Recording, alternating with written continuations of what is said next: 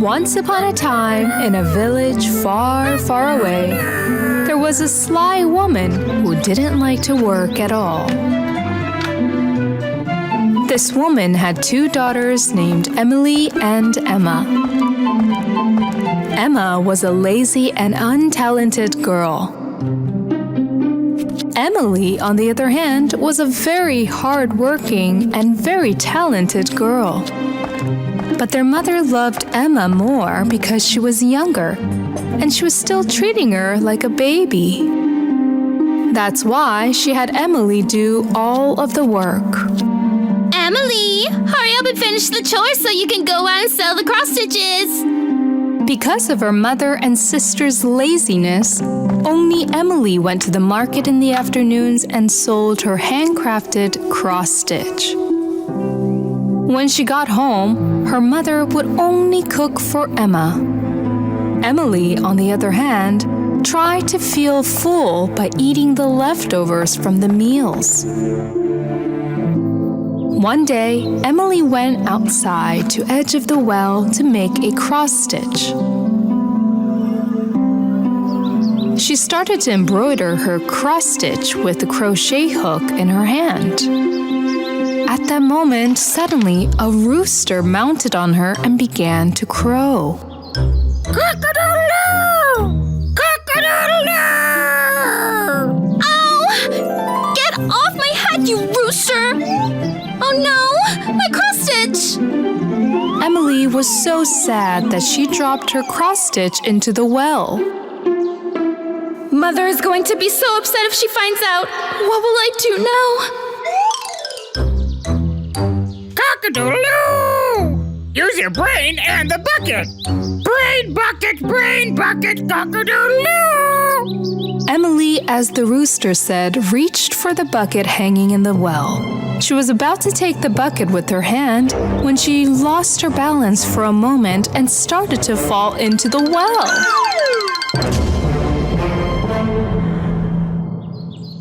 When Emily opened her eyes, she found herself in a garden covered with colorful flowers.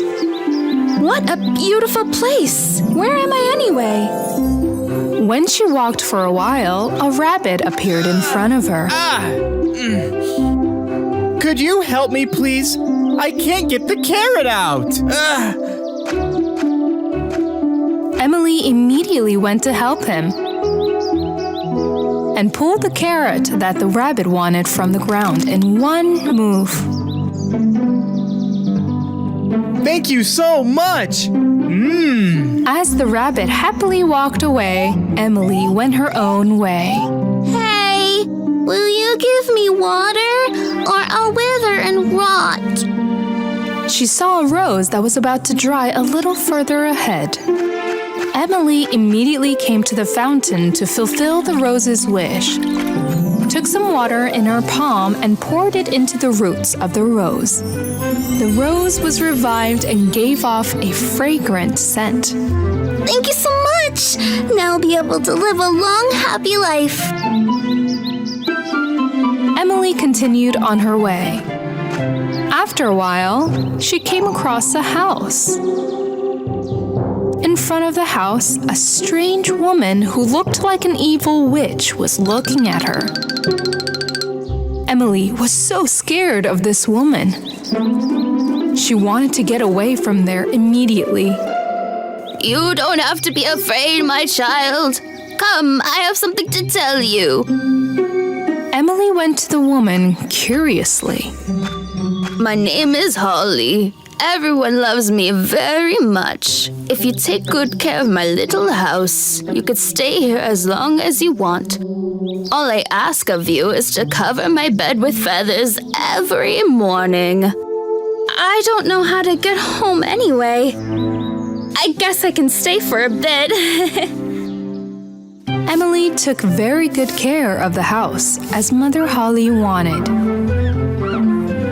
Every morning, without getting bored, she did not neglect to cover Mother Holle's bed with feathers. Mother Holle loved Emily very much. so she was preparing very good meals for her in the evenings. This is how the days went by. Although Emily was very happy here, she started to miss her real home. Mother Holle, you know I love you so much, but I want to go home now. Oh, Emily, I'm very happy that you worked here and stayed with me for so long. Of course you can go home now. I will accompany you on the way. Oh, thank you, Mother Holle. Mother Holle brought Emily to a big golden door. The moment Emily was walking through the store, she's covered in brand new clothes and gold. A little gift for you for being so caring and working for me. Here's the crochet hook and cross stitch you dropped into the well. Please take it. Oh, thank you so much, Mother Holle. You're a good person. Later, Mother Holle covered Emily's eyes with her hands and asked her to count to 3. 1, 2, 3. When Emily opened her eyes, she found herself in front of her house. Cock-a-doodle-doo! Emily's back, and she's a golden girl now! Seeing Emily, her mother and her sister Emma could not hide their surprise. But how did you find such a beautiful dress? Emma, hush now. My dearest daughter, I was so worried about you. Why don't you tell me where you found all that jewelry? Emily explained everything one by one. At that moment, her mother thought that Emma could do the same. She greedily sent Emma to the edge of the well. Emma threw the cross-stitch and crochet hook into the well. She jumped after them too. When she opened her eyes, she found herself in that mysterious garden where Emily had come from. She saw a rabbit after walking for a while. The rabbit asked Emma for help to get the carrot out of the ground. No way! I can't get my hands dirty for a silly little rabbit. Emma walked away without helping the rabbit. Just ahead, she saw a rose that was about to dry up. Rose asked for her help. I can't give you water. You have all those thorns. They might hurt my hands. Emma left without helping Rose. Finally, she came across Mother Holle's house. I heard you're in need of someone to work here. I'm more than happy to take the job. Mother Holle told Emma what she had to do at the house. Remember, every morning you will lay feathers on my bed. Emma agreed to everything. She worked well on the first day, laying the feathers neatly on the bed. But in the next few days, she started to avoid work. The house was getting dirty day by day, and Emma didn't care about the feathers on Mother Holle's bed. Mother Holle was furious when she saw that Emma wasn't working as promised. I think it's time for you to go home.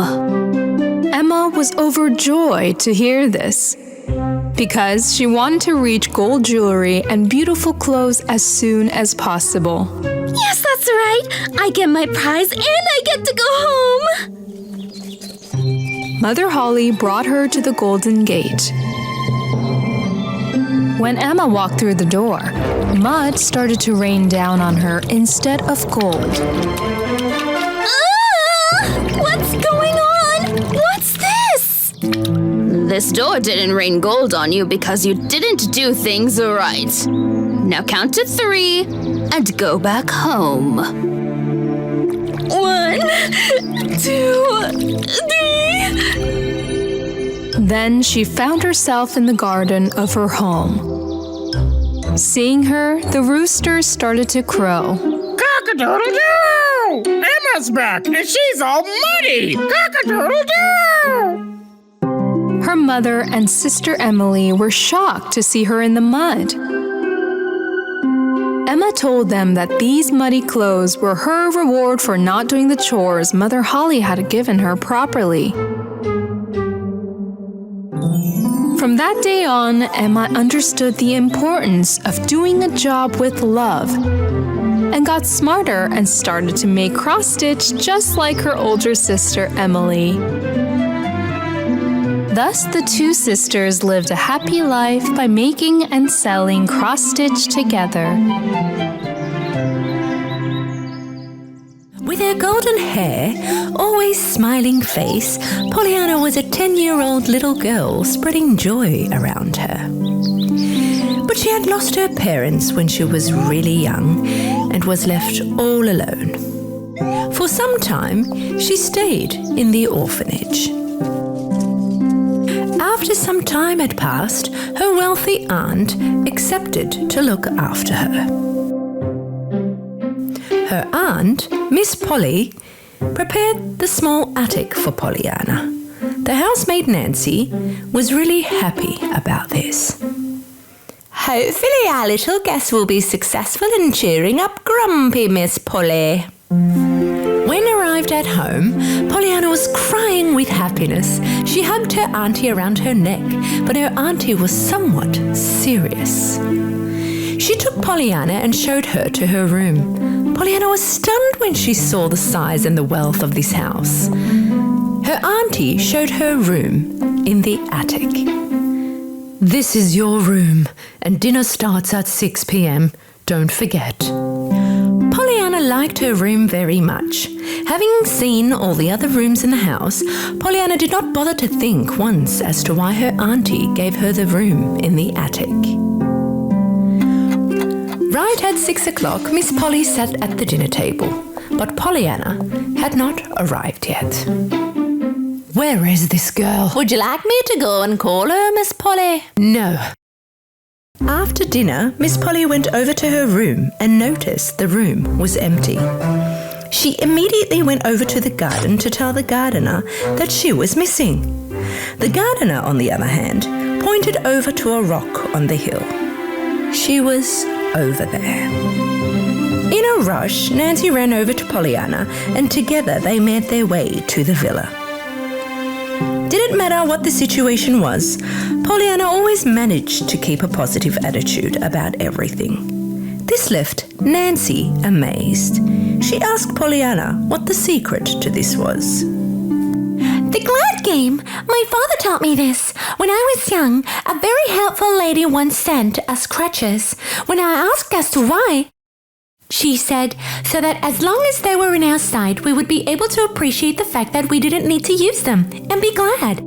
It is because of that day that whenever me and Daddy feel like we're in doubt, we think of that day and we find a reason to be glad. Further into the evening, Pollyanna was in her room on her bed, crying hysterically.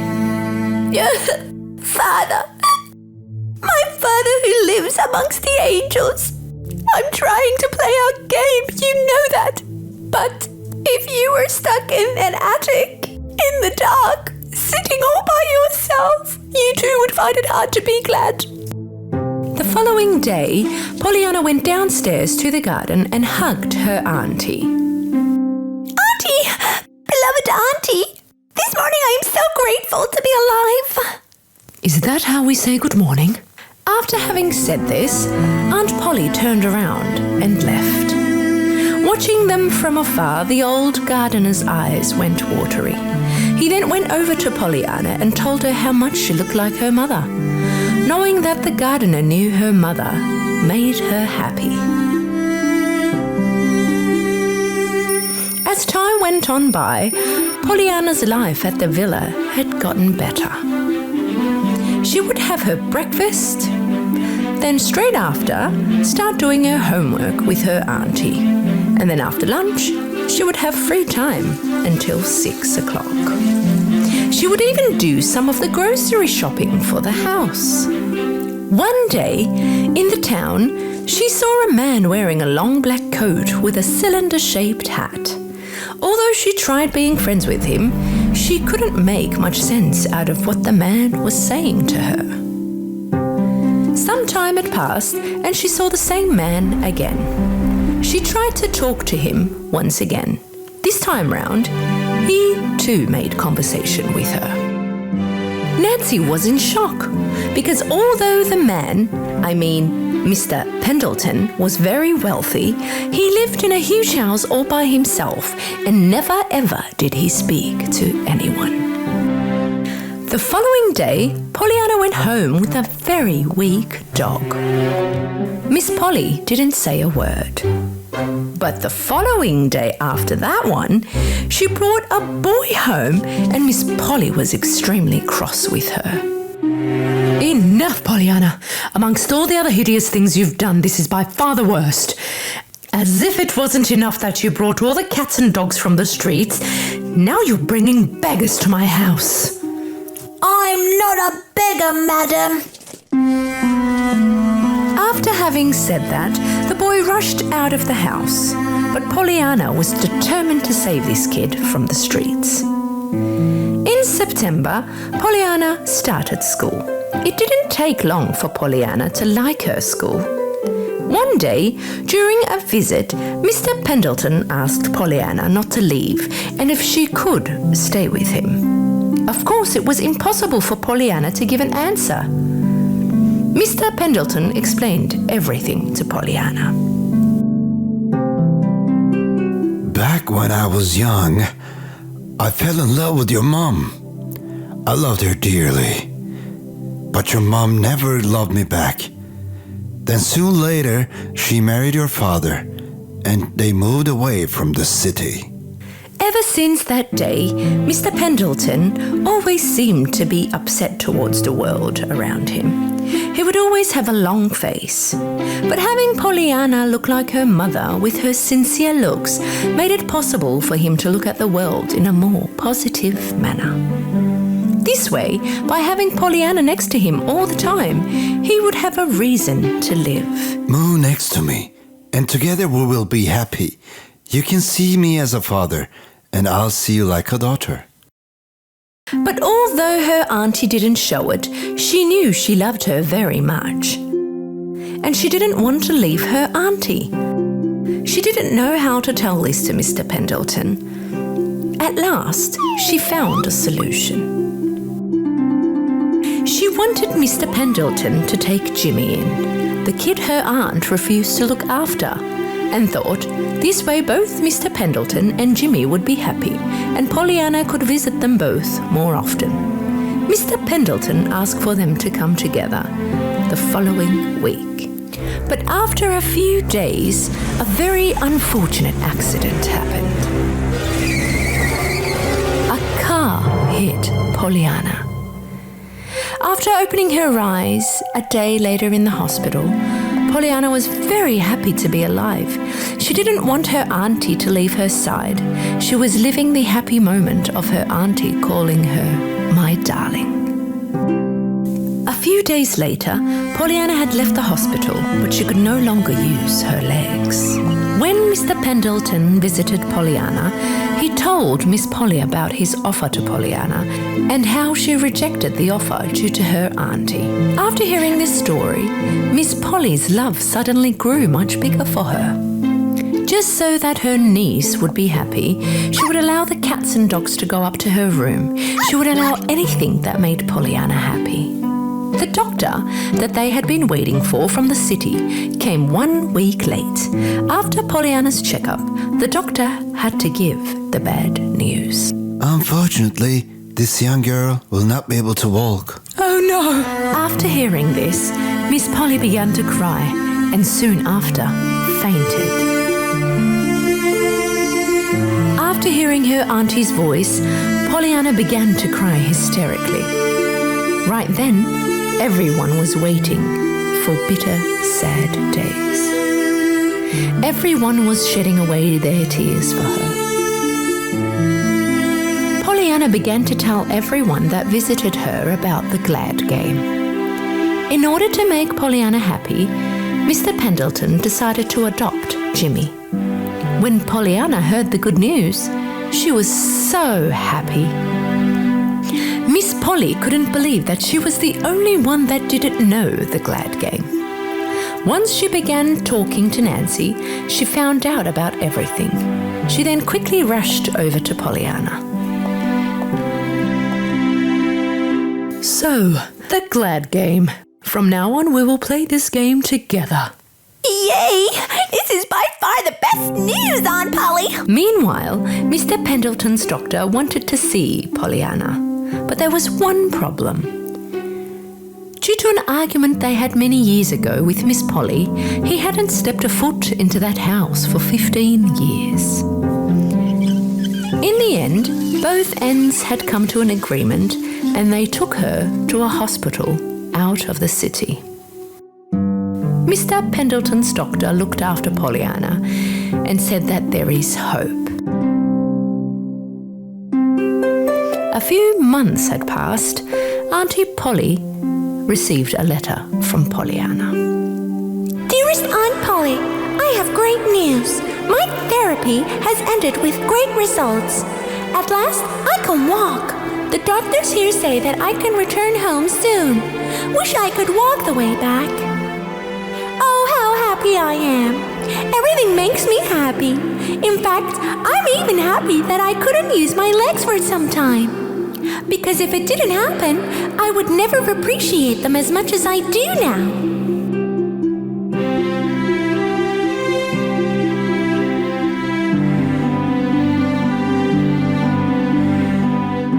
Hoping to see you soon. With love, Pollyanna.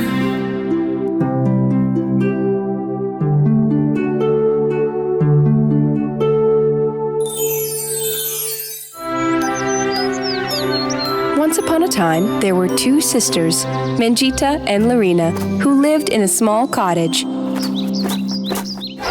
Mangita was a hard worker. She used to work in her father's grocery store in her spare time. Larina, on the other hand, loved to travel and have fun. When she was bored, she looked at herself by the river and combed her hair for a long time. Today, I am more beautiful than my sister again. One day, Mangita and Larina's father went on a long journey from which there was no return. Although Mangita was very sad about her father's departure, Larina was so happy. Hee! Now every day I can sit by the river until morning. After her father left, Mangita started working harder. She was sweeping the floor in the mornings, making a delicious soup in the afternoon, and hanging the laundry. Larina's only pastime was to cause trouble for her sister. She was dirtying the carpets in the house,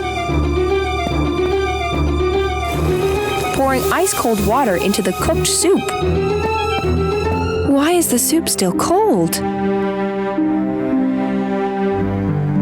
And why are these carpets dirty? I just cleaned them. The animals you feed have made them dirty. Huh! One day, Larina went out for a walk in the forest. She was just plucking the unripe fruit and threw them into the river. Meanwhile, an old woman who was walking slowly approached her. Hello, beautiful girl. I'm very hungry. Can you give me some fruit too? Larina handed the old woman the tasteless wild strawberries she had just picked. Ma'am, you can eat as much as you want. These are the most delicious strawberries in the world. The old woman had a stomachache as soon as she ate the strawberries.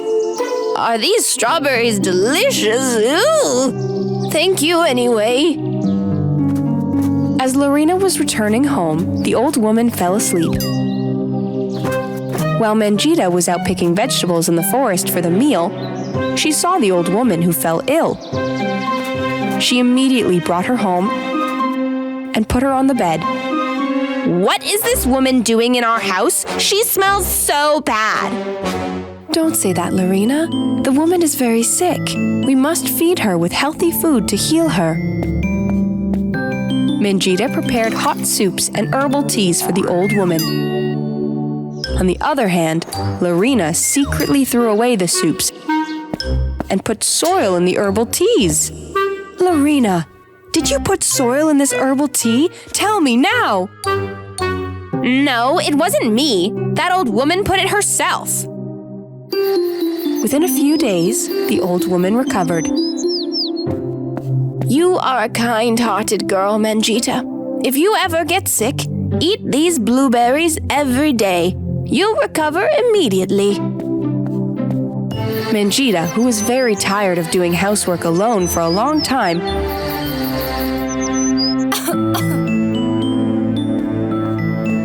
eventually fell very ill and was lying in bed. Larina, can you bring the blueberries the old lady gave me? But Larina ate all the blueberries herself. There is nothing here. The birds you feed must have eaten them. Mangita became even more sluggish and fell asleep in a sweat. Larina, on the other hand, left the house and went to the river to comb her hair. At that time, the old woman appeared before her again. Hey, little girl, where is your sister?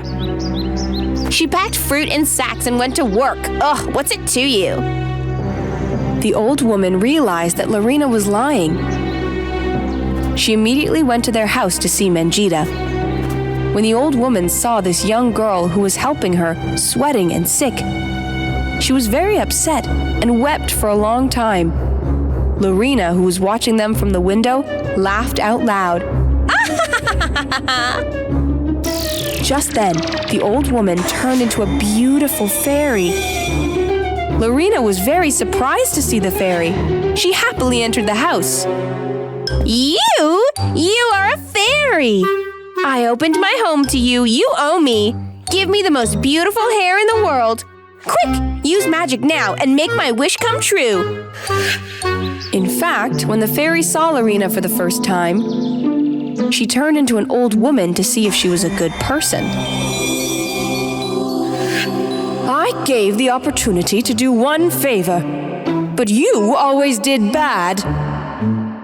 At that moment, the fairy waved her magic wand from side to side. Larina's hair has turned into ivy. Ah, my hair! What happened to my hair? They're so ugly now! Help! Larina ran to the riverside in fear and looked at her hair. As flies were flying around her head, her ivy hair was stuck in the ground all of a sudden. I've become so ugly! I don't want to look at myself anymore! At that time, the fairy fed Mangita a blueberry, and Mangita finally recovered and opened her eyes. Thank you, fairy. I feel so much better now. The fairy waved her wand twice and turned the little cottage they lived in into a stunning palace. Mangita was very surprised and impressed when she saw the palace. Goodness is always rewarded, young girl, and this palace is your reward. Thank you, fairy. What about my sister? What happened to her? Your sister will forever stare at her ugly reflection by the riverside. But I love my sister so much. What's the point of living alone in this huge palace without her? Give us a happy life in our cottage again, fairy. That's all I wish from you. The fairy was very happy when she heard Mangita's words. First, she transformed the magnificent palace back into a cottage again. Later, she went to Larina and restored her ivy hair to its former beautiful state with her magic wand. Larina hugged Mangita happily. You saved me. I'm very sorry. I will be a good person now. I promise. Larina understood at that moment that the happiness of helping people is worth everything. Because happiness becomes more beautiful when shared.